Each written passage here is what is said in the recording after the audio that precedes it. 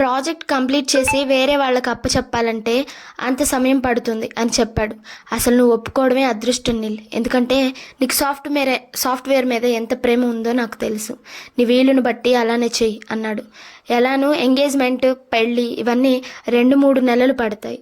ఆలోపు నువ్వు నీ ఉద్యోగానికి రాజీనామా చేయొచ్చు అన్నారు ఆయన. అలాగే మామయ్య అన్నాడు వినిల్. నీ నిర్ణయం మంచిదిరా తమ్ముడు అని సమర్థించాడు వీర్రాజు. నా పనులు వేరే వాళ్ళకు అప్పచెప్పాలంటే నేను 2 నెలలు అమెరికా కూడా వెళ్లాల్సి వస్తుంది అన్నాడు వినిల్. ఎలాగో మ్యారేజ్ తర్వాత నువ్వు విస్తా ఇద్దరు అమెరికా వెళ్ళండి. విస్తా కజిన్స్ అందరూ అక్కడే ఉన్నారు. మా అన్నయ్య కూతుళ్ళు అల్లులు కూడా అక్కడే ఉన్నారు. మీ పెళ్ళికి రాలేకపోయిన వాళ్ళని మీరు అక్కడ కలవచ్చు. నీ పనులు ముగించుకొని అందరినీ చూసుకొని రావచ్చు అన్నారు వెంకటరాజు. మంచి ఐడియా మామయ్య అన్నాడు నీల్. కళ్ళతోనే అడిగాడు విస్తని, ఏమంటావు నువ్వు అని. ఓకే అంది తను. వారి కళ్ళ మాటలు అందరూ గమనించారు. సిద్ధాంతి గారిని రేపు పిలిపించమంటారా ముహూర్తాలు చూసేందుకు అని అడిగాడు రాజుగారు సుధాకర్ని. పిలిపించండి బావగారు అన్నారు ఆయన కూడా వరుసలు కలుపుతూ. శుభన్రా, ఇప్పుడే సిద్ధాంతికి ఫోన్ చేసి రేపు రమ్మని చెప్పు అన్నాడు వీర్రాజు. వెంకటరాజు గారు ఏ విషయం పట్టుకున్నా వదిలిపెట్టరు. అనుకున్నట్లే పక్క రోజు కారు పంపించి సిద్ధాంతి గారిని పిలిపించారు. వినీల్ ఆఫీస్ పని ఉండడంతో పొద్దున్నే వెళ్ళిపోయాడు.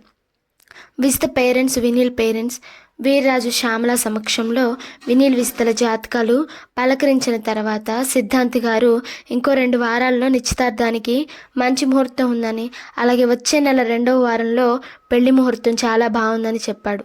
ఆ ముహూర్తాలు అందరికీ నచ్చాయి. రాజుగారు పెళ్లి భీమవరంలోనూ, రిసెప్షన్ హైదరాబాద్లోనూ పెట్టుకుందామని, అందుకు సమ్మతమేనా అని సుధాకర్ దంపతులను అడిగారు. వారు సరే అన్నారు.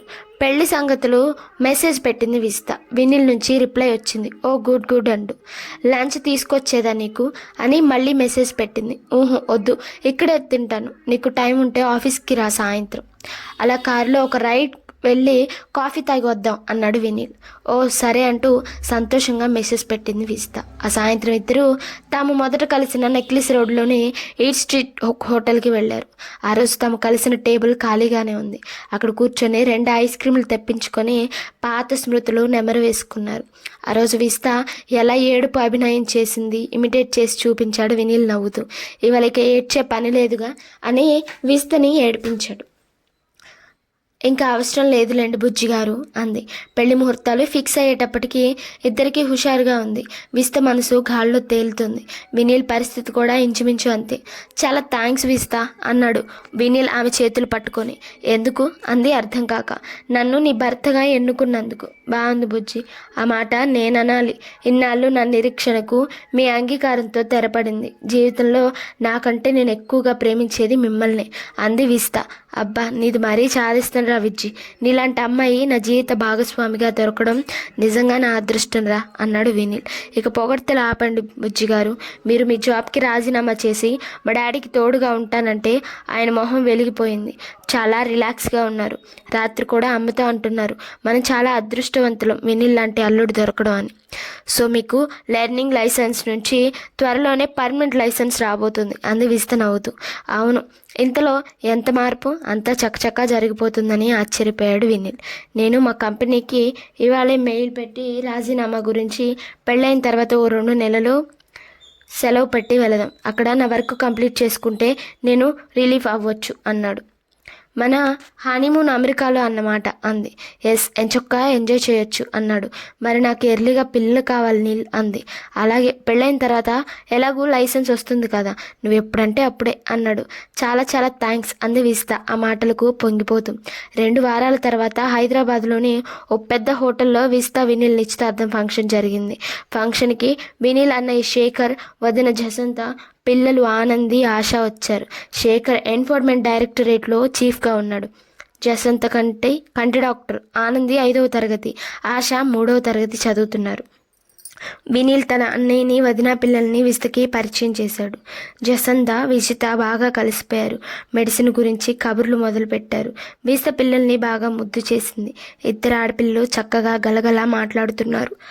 అత్తయ్య చాలా ప్రేమ చూపిస్తుంది విజ్జి. ఆవిడ ప్రేమను ధరించడం చాలా కష్టం. మన అమ్మ కూడా ఆమె ముందు తక్కువే అనిపిస్తుంది. చాలా మంచి వ్యక్తి ఆమె. మన చేత ఒక్క పని చేయనివ్వదు, అంతా తనే చేస్తానంటుంది. ఎంతో బ్రతిమాలితే ఒక చిన్న పని అప్పచెప్తుంది. ఇక మావయ్య గారు చాలా ఆప్యాయంగా కన్న కూతురిలా చూసుకుంటారు. నువ్వు ఈ ఇంటికి కోడలు కావడం నిజంగా నీ అదృష్టం అంది జసంత. ఇంతలో సుధా అక్కడికి వచ్చింది. ఎరా జెస్సీ, ఎలా ఉన్నావు అంటూ ఆప్యాయంగా పలకరించింది. జసంత ఆమెకు వంగి పాద నమస్కారం చేసింది. ఇదిగో ఇవే వద్దన్నానా అంటూ మందలించింది సుధా కోడల్ని ఆప్యాయంగా దగ్గరికి తీసుకుంటూ. పిల్లలు బామ్మ అంటూ ఆవిడని కౌగులించుకున్నారు.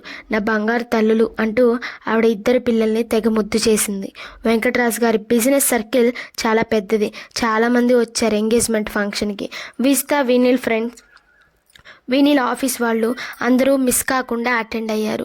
మీను అంతా తానే బాస్ ఎంగేజ్మెంట్ ఫంక్షన్ సజావుగా జరిగేట్లు చూసింది. విస్త మేకప్ కూడా తనే స్పెషల్గా చేయించింది.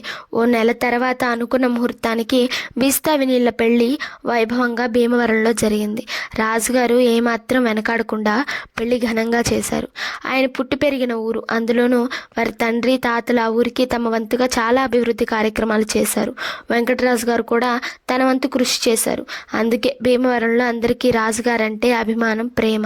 అందులోనూ ఆయన కూతురు పెళ్ళి అనేసరికి ఊరంతా కదిలి వచ్చింది. రాజుగారు అందరికీ వసతి భోజనాలు, వినోదాలు ఏర్పాట్లు చేశారు. అందుకు చాలా డబ్బు ఖర్చు అయింది. ఏమాత్రం వెనకాడకుండా ఘనంగా విస్త పెళ్లి చేశారు ఆయన. భీమవరంలో పెళ్లి కాబట్టి విస్త బంధువులు, వినీల్ బంధువర్గం చాలా మందే వచ్చారు. రాజుగారి పెళ్లికి ప్రత్యేకంగా అతిథులుగా గవర్నమెంట్ స్కూల్ ఉపాధ్యాయులు, ఆఫీస్ స్టాఫ్, స్కూల్లో పనిచేస్తున్న వారందరినీ కుటుంబ సభ్యులతో సహా పేరు పేరున ఆహ్వానించాడు. విస్తా చదివినప్పుడు ఉన్న ఉపాధ్యాయులు కొంతమంది రిటైర్ అయిన వాళ్ళను కూడా వెతికి పట్టుకొని వేరే ఊర్ల నుంచి తమ సొంత ఖర్చులతో కుటుంబ సమేతంగా పిలిపించారు. వారందరికీ ప్రత్యేకంగా వసతి ఏర్పాట్లు చేశారు. ఉపాధ్యాయులందరికీ విస్తా వినీల్ చేత పాదపూజ చేయించి ప్రత్యేక బహుమతులతో గౌరవించారు. ఆ గౌరవానికి, సముచిత సన్మానానికి వారందరూ ఉబ్బితబ్బింపయ్యారు. వారందరికీ వినీల్ విస్త అంటే చాలా ఇష్టం. ఇద్దరు తమ క్లాసుల్లో పోటీ పడి చదివేవారు. వినీల్ 10th క్లాస్లో సాధించిన మార్కుల రికార్డు ఇప్పటి వరకు ఎవరు బ్రేక్ చేయలేరని, ఆ దరిదాపులకు కూడా రాలేకపోయారని ప్రధాన ఉపాధ్యాయులు అందరి ముందు గర్వంగా చెప్పాడు.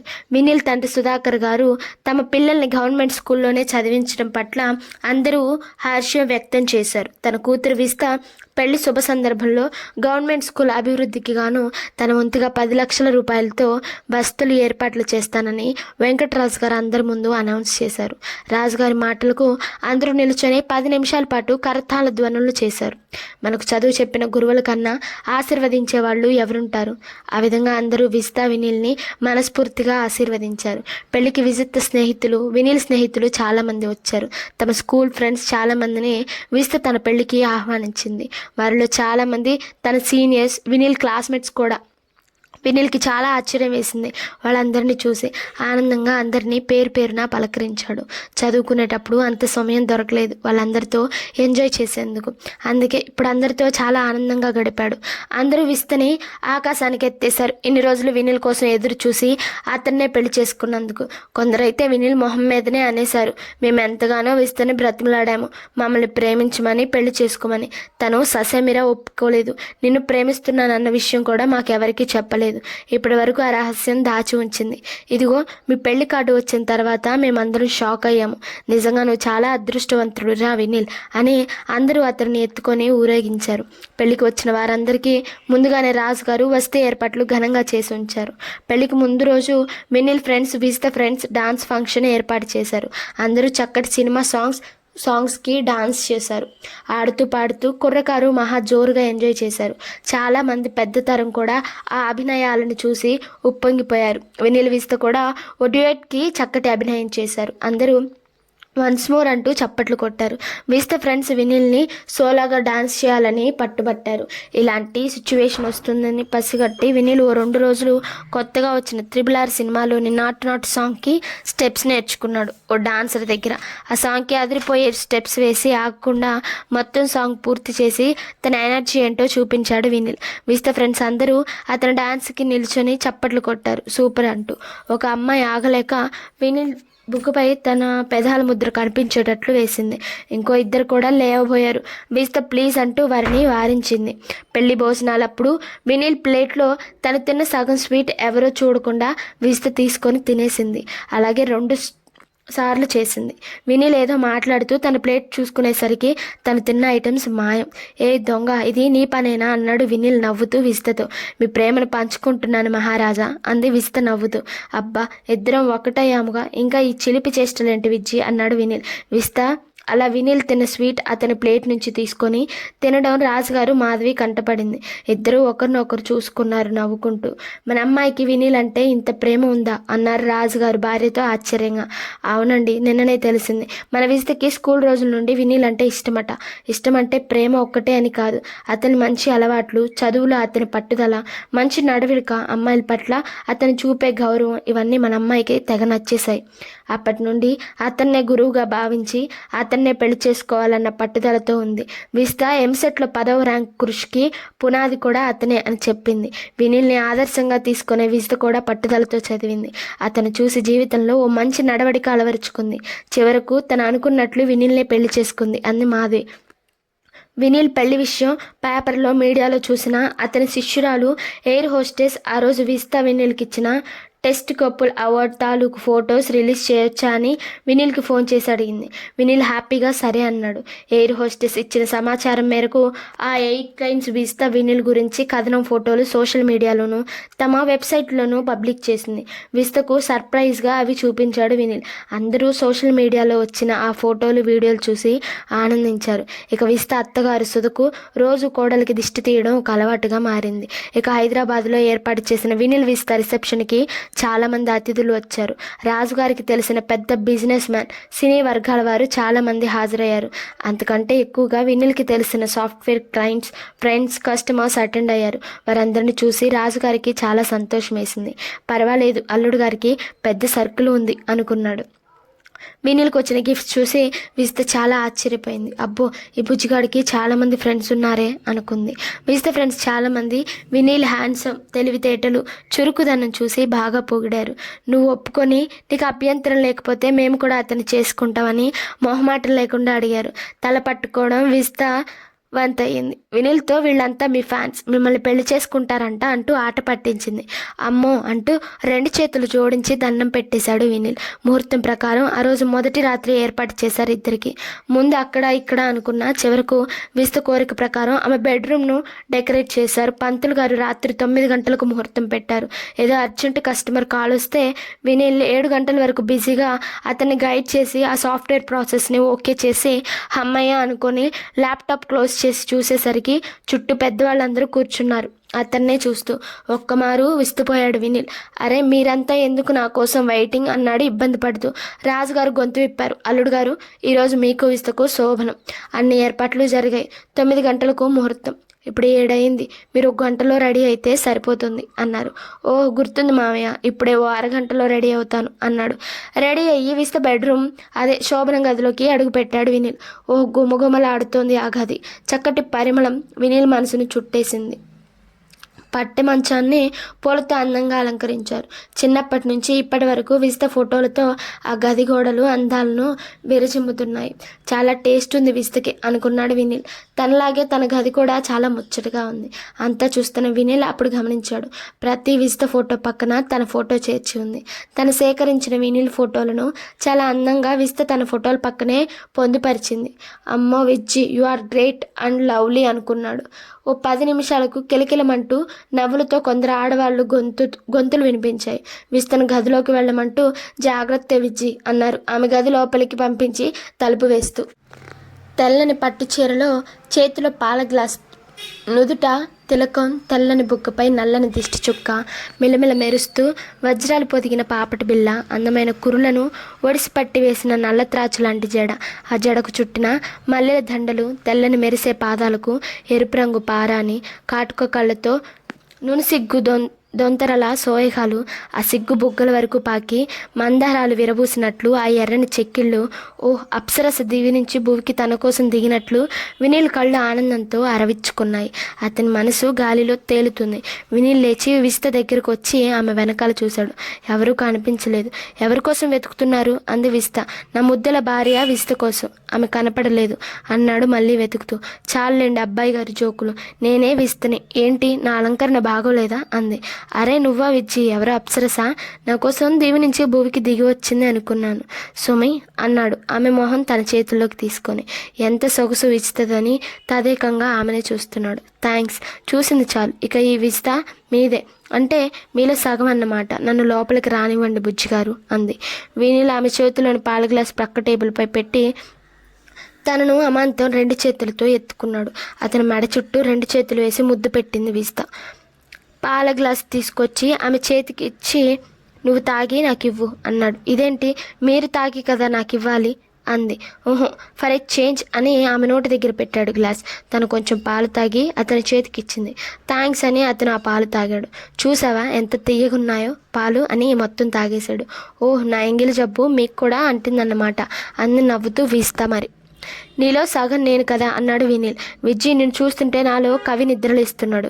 చెప్పండి కవిగారు, మీ కవిత్వం విని నేను సంతోషిస్తాను అంది విస్త నవ్వుతూ. ఆవిడికి వినీల్ అక్క శశిరేఖ చెప్పిన మాటలు గుర్తొచ్చాయి. మా బుజ్జిగాడు అప్పుడప్పుడు కవిత్వం రాస్తుంటాడు, అది వాడి హాబీ అని గొంతు సవరించుకొని చెప్పాడు వినీల్. జాబిలిని నేనొష్ట బాస్కం బిళ్ళగా కట్టుకొని వెన్నెల మధుపర్కాలు ధరించి క్షీరసాగర తరంగాల మీద నడిచి వచ్చే నీకోసం కౌగిళ్ళలో వాకిళ్ళు తెరిచి గుండెను బంగారు మండపంగా తీర్చిదిద్దానా నేను. వావ్ నీల్, సూపర్ థాట్, చాలా అందంగా చెప్పావంటూ అతని బొగ్గపై ఓ ముద్దు పెట్టింది విస్త. ఇంత కష్టపడి చెప్తే అంతేనా అని దీనంగా చూశాడు వినీల్. ఇంకేం కావాలరా బుజ్జి అంటూ ముద్దులతో అతని మొహం నింపేసింది. చాలు చాలు అంటున్నా.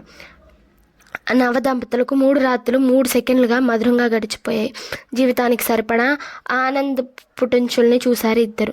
మేమిద్దరం కాదు ఒకరే అన్నట్లు ఒకరిలో ఒకరు ఒదిగిపోయారు అమృతాన్ని ఆస్వాదిస్తూ. ఓ 10 రోజుల తర్వాత వినీల్ విస్త అమెరికా బయలుదేరారు. తన ఉద్యోగం సంబంధించి చివరఘట్టం హడావిడిలో వినీల్ ఉన్నాడు. విస్తకి తనకి బిజినెస్ క్లాస్లో టిప్స్ బుక్. బయలుదేరే 2 రోజుల ముందు వినీల్కి అమెరికా ఆఫీసులోని సహోద్యోగి నుంచి ఫోన్ వచ్చింది. నువ్వు ఒక్కడివే అమెరికా రా నీల్, భార్యని తీసుకురావద్దు. మన ఇండియాలో ఇక్కడ కరోనా గురించి అంత శ్రద్ధ జాగ్రత్తలు లేవు. ఎవరు కరోనా నియమాలను పాటించట్లేదు. అందువల్ల అక్కడక్కడ కరోనా కేసులు నమోదవుతున్నాయి. వ్యాధి తీవ్రత మరణాలు అంతా లేకపోయినా కొంత ఇబ్బంది. ఓ వారం ఇంటికే పరిమితం కావడం జరుగుతుంది. మన స్నేహితులతో కూడా కొంతమందికి ఇలానే జరిగింది. కాకుంటే అందరూ రికవర్ అయ్యి సేఫ్గానే ఉన్నారు. నువ్వు ఒక్కడివే వస్తే చాలా మంచిది అని పదే పదే చెప్పాడు అతను. అదే మాట విస్తా అన్నాడు వినీల్. ప్లీజ్ విజ్జి, నువ్వు నాతో రావద్దు. నాకంటే వెళ్ళక తప్పదు. అక్కడ కొంత ఇంట్లో కూర్చొని మరింత ఆఫీస్కి వెళ్ళి పని చేయాల్సి ఉంటుంది. అక్కడ ఇంకా కరోనా పరిస్థితి పూర్తిగా సమసిపోలేదట అని బ్రతిమలాడాడు. విస్తా వినలేదు. వినీల్తో వెళ్ళాలని పట్టుబట్టింది. తను వినీల్ని బ్రతిమాలినింది ప్లీజ్ ప్లీజ్ అంటూ. వినీల్ పెద్దవాళ్ళ చేత కూడా చెప్పించాడు విస్తకి. తను ఒప్పుకోలేదు. ఇక తప్పేది లేక విస్తని తన వెంట తీసుకెళ్లాడు అమెరికాకి. అమెరికా వెళ్ళిన తర్వాత ఓ వారం హ్యాపీగా గడిచింది. ఆ తర్వాత ఓ రోజు అనుకున్నట్లే విస్తకి కరోనా లక్షణాలు కొద్దిగా కనిపించాయి. టెస్ట్ చేస్తే కరోనాగా నిర్ధారణ అయ్యింది. డాక్టర్గా తనకే తెలుసు కాబట్టి ఇంట్లోనే ఒంటరిగా మందులు వేసుకుంటానని చెప్పింది వినీల్ని దగ్గరికి రావద్దని గట్టిగా చెప్పింది. ఆమె మాటలు వినీల్ వినలేదు. ఆఫీస్కి ఫోన్ చేసి తన సమస్య చెప్పి ఓ వారం రోజులు ఇంటి నుంచి పని చేస్తానని పర్మిషన్ తీసుకున్నాడు. విస్తే ఎంత చెప్పినా వినీల్ వినలేదు కూడా. విసుతోనే ఉన్నాడు. తనే కాఫీలు అవి చేసి విస్తకి ఇచ్చేవాడు. అతనికి స్నేహితులు చాలామంది ఉన్నారు. అందరూ వంతులేసుకొని పదార్థాలు ఇంటికి పంపేవాళ్ళు. వినీల్ తన కోసం అలా రిస్క్ తీసుకోవడం విస్తకి బాగా ఇబ్బంది అనిపించి, ఎందుకు వినీల్, ఇంత అవసరమా? ఒక్క వారం నేను ఒంటరిగా గదిలో ఉంటాను. మెడిసిన్స్ వాడితే తగ్గిపోతుంది. నా వల్ల నీకు ఈ అంటువ్యాధి సోకుతుంది కదా అని గట్టిగా అరిచేది. అలా అయినా భయపడి తన మాట వింటాడని. కొన్ని విషయాలు వినీల్ను ఎవరు శాసించలేరు. విస్త ఎంత దూరం పెట్టినా నీతోనే నేను అని ఆ వారం ఆమెతోనే ఉన్నాడు. వస్తే రాని విజ్జి, నీతో పాటు నేను కూడా అని ఆమెకు ఆ వారం రోజులు అన్నీ సపర్యలు చేశాడు. కరోనా సోకినట్లు మన వాళ్ళెవరికి చెప్పొద్దు అన్నాడు. అనవసరంగా వాళ్ళు కంగారు పడతారు. విస్తు కూడా ఆ మాటకు సరేనంది. విస్తుకి మనసులో వినీల్కి ఏమవుతుందో అని చాలా బాధగా ఉన్నా అతని సాహచర్యం మీద, ప్రేమానురాగాల మీద బాగా మురిపం కలిగింది. దైవశాత్తు వినీల్కి కరోనా సోకలేదు. అమ్మయ్య అనుకుంది విస్త. ఓ వారం తర్వాత విస్త కూడా పూర్తిగా కోలుకుంది. వినీల్ ఆఫీస్ వర్క్లో బిజీగా ఉన్నాడు. విస్తకి అమెరికాలో ఉన్న ముఖ్య ప్రదేశాలను చూపిస్తూ ప్రతి క్షణం ఆనందింపచేశాడు. వినీల్కి అక్కడ చాలా ఫ్రెండ్స్ ఉండడం వలన రోజు ఎవరో ఒకరు తన ఇంట్లో విందుకు పిలిచేవారు. వినీల్తో అలా కలిసి తిరగడం విస్తకి చాలా ఆనందం కలిగించింది. పనిలో పని అక్కడ కారు డ్రైవింగ్ కూడా నేర్చుకుంది. వినీల్ తోడుంటే ఏదైనా సాధించగలను అన్న నమ్మకం ఆమెకు ఎక్కువైంది. అలా అటు వినీల్ ఆఫీస్ వర్క్ ఒకవైపు, హనీమూన్ ఓవైపు బిజీగా సాగింది. అమెరికాలో తన తల్లి నవ్వుతున్నానంటూ విస్త వినీల్ దగ్గర పర్మిషన్ తీసుకుంది. ఆ విషయంలో అతనికి ఆనందం కలిగింది. అనుకున్న టైంకి 2 నెలలలోపు తన ఆఫీస్ పని ముగించాడు వినీల్. వినీల్ కంపెనీ నుంచి వెళ్తున్నందుకు బాధగా ఉన్న అతను తన పదవీ కాలంలో ఆ కంపెనీకి చేసిన అవిరళ కృషికి అందరూ ప్రశంసలు అందుకున్నాడు. అతని గౌరవార్థం ఓ పెద్ద విందు సన్మానం ఏర్పాటు చేసింది కంపెనీ. వినీల్ విస్తలిద్దరినీ సన్మానించారు. వినీల్ గురించి అందరూ గొప్పగా పొగిడారు. ఆ విషయం అన్ని సోషల్ మీడియాలోనూ, న్యూస్ ఛానల్స్లోనూ ప్రపంచవ్యాప్తంగా వచ్చింది. ఓ వైరల్గా కూడా మారింది. ప్రశంసలు, మన్ననలు అందుకున్నారు భార్యాభర్తలిద్దరూ. ఇద్దరికీ ఒకరిపై మరొకరికి ఉండే ప్రేమ పూర్తిగా బహిర్గతమైంది. కొన్ని సోషల్ ఆర్గనైజేషన్స్ భార్యాభర్తలంటే ఇలా ఉండాలి అంటూ విస్తా వినీల్పై కథనాలల్లి ప్రచురించారు. వినీల్తో పాటు తనకు దక్కిన గౌరవానికి విస్తా ఉబ్బితబ్బింపైంది. అమెరికాలో ఉన్న 2 నెలల్లో విస్తా వినీల్ భార్యాభర్తలుగా ఒక్కటయ్యారు. ఒకరి అభిప్రాయాలు మరొకరు గౌరవిస్తూ పాలు నీళ్ళలా బాగా కలిసిపోయారు. విస్త వినీల్ల హనీమూన్ అమెరికాలో సుఖంగా ముగిసింది. అమెరికా ట్రిప్ విజయవంతంగా ముగించుకొని ఇండియాకి బయలుదేరారు. కాలచక్రంలో ఓ 3 నెలలు గడిచాయి. వినీల్ విజయ్ ఇండస్ట్రీస్ తనే అంతా అయ్యాడు. బిజినెస్ అల్లుడి చేతిలో పెట్టి రాజుగారు బాగా రిలాక్స్ అయ్యారు. ఆస్తిలో సగం వినీల్ పేరు రాస్తానన్నారు రాజుగారు. వినీల్ ససేమిరా ఒప్పుకోలేదు. అందుకు విస్తు పేరు మీదే ఉండనివ్వండి ప్లీజ్ అని ఖచ్చితంగా చెప్పాడు. అది రాజుగారికి చాలా ఆనందం కలిగించింది. కొద్ది కాలంలోనే తన సత్తా ఏంటో నిరూపించాడు వినీల్. విజయ్ ఇండస్ట్రీస్ లాభాలు 2 చేశాడు. మిగతా కంపెనీలను దాటి ముందుకు దూసుకెళ్తున్నాడు. అనుబంధంగా ఒక సాఫ్ట్వేర్ కంపెనీ కూడా పెట్టాడు పెద్ద ఎత్తున. అలా తన కోరిక కూడా నెరవేర్చుకున్నాడు. వినీల్ శిష్యరికంలో విస్త కూడా బాగా శిక్షణ పొందింది విజయ్ ఇండస్ట్రీస్ నడపడంలో. ఇప్పుడు విస్త ఒంటి చేత్తో బిజినెస్ నడపడం చూసి రాజుగారు ముక్కు మీద వేలు వేసుకున్నారు. అవురా అల్లుడు, నీకు నువ్వే సాటి, సరిలేరు నీకెవరు అని మనసులో అనుకున్నాడు. విజయ్ ఇండస్ట్రీస్ వ్యవహారాలన్నీ ఇప్పుడు విస్త చూసుకుంటుంది. ఏమైనా సందేహాలుంటే వినీల్ సహాయం చేస్తున్నాడు. వినీల్ తను ప్రారంభించిన సాఫ్ట్వేర్ కంపెనీకి కొత్త ఆర్డర్స్ తప్పించుకొని ఆ కంపెనీని బాగా విస్తరిస్తున్నాడు. విజయ్ ఇండస్ట్రీస్కి కావాల్సిన సాఫ్ట్వేర్ కూడా వినీల్ తను స్థాపించిన సాఫ్ట్వేర్ కంపెనీలోనే తయారు చేస్తున్నాడు. బాగా అనుభవం ఉన్న సాఫ్ట్వేర్ కోడింగ్ దిగ్గజాలను అపాయింట్మెంట్ చేసుకున్నాడు. తన శిష్యురాలైన ఎయిర్ హోస్టెస్ తన ముంబైలో జాయిన్ అయిన కంపెనీకి రాజీనామా చేసి వినీల్ సాఫ్ట్వేర్ కంపెనీలో చేరింది. వినీల్ సారథ్యంలో బాగా నడుస్తోంది సాఫ్ట్వేర్ కంపెనీ. అటు విజయ్ ఇండస్ట్రీస్, ఇటు తన సాఫ్ట్వేర్ కంపెనీ రెంట్కి బాగా కష్టపడుతున్నాడు అల్లుడు అని గ్రహించాడు రాజుగారు. అప్పుడప్పుడు అల్లుడిని ఆరోగ్యం జాగ్రత్త అంటూ హెచ్చరిస్తుంటాడు ఆయన. నేను చూసుకుంటానులే డాడీ అంటుంది విస్త. మా వాడికి పని కనపడితే మనం ఎవరం కనపడమని జోక్ చేస్తుంటాడు సుధాకర్. ఎంత బిజీగా ఉన్నా మధ్యాహ్నం టైంకి విస్త క్యాబిన్కి వెళ్ళి భోజనం చేయకుంటే వినీల్ పని అయిపోయినట్లే. ఫోన్ చేసి గట్టిగా ఏడుపు రాగం తీస్తుంది. మాయల ఫకీర్ ప్రాణం చిలుకలో ఉన్నట్లు వినీల్ని ఎలా కంట్రోల్ చేయాలో విస్తకి బాగా తెలుసు. అంతేలేండి మీరు రారు నాకు తెలుసు అంటూ ఫోన్లో ఒక ఏడుపు రాగం తీస్తుంది విస్త. ఆ శబ్దానికి వినీల్ గుండెలో రైళ్లు పరిగెడతాయి. ఇక అంతే పరుగు లంకించుకొని విస్త ముందు రెక్కలు కట్టుకొని వాలిపోతాడు. విజయ్ ఇండస్ట్రీస్కి దగ్గరలోనే వినీల్ ఖరీదైన 2 విల్లాలు ఖరీదు చేశాడు. ఒకటి తన కోసం, మరొకటి తల్లిదండ్రుల కోసం తీసుకున్నాడు. సుధాకర్, సుధా భీమవరం నుంచి హైదరాబాద్ షిఫ్ట్ అయ్యారు. వారానికి 2 రోజులు రాజుగారి ఇంట్లో భోజనాలు అందరికీ. ఆ 2 రోజులు అందరూ సందడిగా హుషారుగా గడుపుతారు. అనుకున్నట్లుగానే విస్త తన కోరికే తీర్చుకుంది. ట్విన్స్ పుట్టారు, మగపిల్లలు. విస్త అంతటితో ఆగలేదు. మీ ఇంట్లో లానే నాకు 3 పిల్లలు కావాలి నీల్ అంది. వినీల్కి కూడా సంతోషం వేసింది ఆ విషయంలో. ఈసారి ఆడపిల్ల అయితే బాగుండని కోటి దేవుళ్లకు మొక్కుకున్నారిద్దరు. 2 ఏళ్ల తర్వాత విస్త 6th మళ్ళీ ట్విన్స్, ఈసారి కూడా మగపిల్లలే. వినీల్కి భయం వేసింది. ఇక ఈ పిల్లల యజ్ఞం ఆపేద్దాం విజ్జి అన్నాడు. విస్తు కూడా నవ్వుతూ సరే అని వినీల్ని ఓ రిక్వెస్ట్ చేసింది. ఓ ఆర్ఫనేజ్ స్టార్ట్ చేద్దాం అంది. అనాథ పిల్లల్ని చేరదీసి చక్కగా చదివించవచ్చు అంది. వినీల్ డబుల్ ఓకే చేశాడు. రాజుగారు సుధాకర్ వాళ్ళు ఓ ఓల్డేజ్ హోమ్ స్టార్ట్ చేయండి, మేము చూసుకుంటామని వినీల్కి చెప్పారు. విజిత ఫ్రెండ్స్, వినీల్ అక్క శశిరేఖ మాత్రం రోజు వాట్సాప్ మెసేజ్లు ఇవ్వడం మాత్రం మానలేదు ఇద్దరికి. దాని సారాంశం, ప్లీజ్ ఇంకొకసారి ట్విన్స్ ట్రై చేయండి, హాట్రిక్ అవుతుంది అని. ఇక ఇద్దరు పిల్లలు బామ్మ దగ్గర, మరో ఇద్దరు అమ్మమ్మ దగ్గర పర్మనెంట్ అయ్యారు. వీకెండ్స్లో విజిత వినీల్ వాళ్ళని కలుస్తుంటారు. అలా ఫస్ట్ క్రష్తో మొదలైన విజిత జీవితం వినీల్ సాహచర్యంలో సుఖంగా సాగిపోయింది. వీడియో నచ్చినట్లయితే లైక్ చేసి సబ్స్క్రైబ్ చేసుకోండి.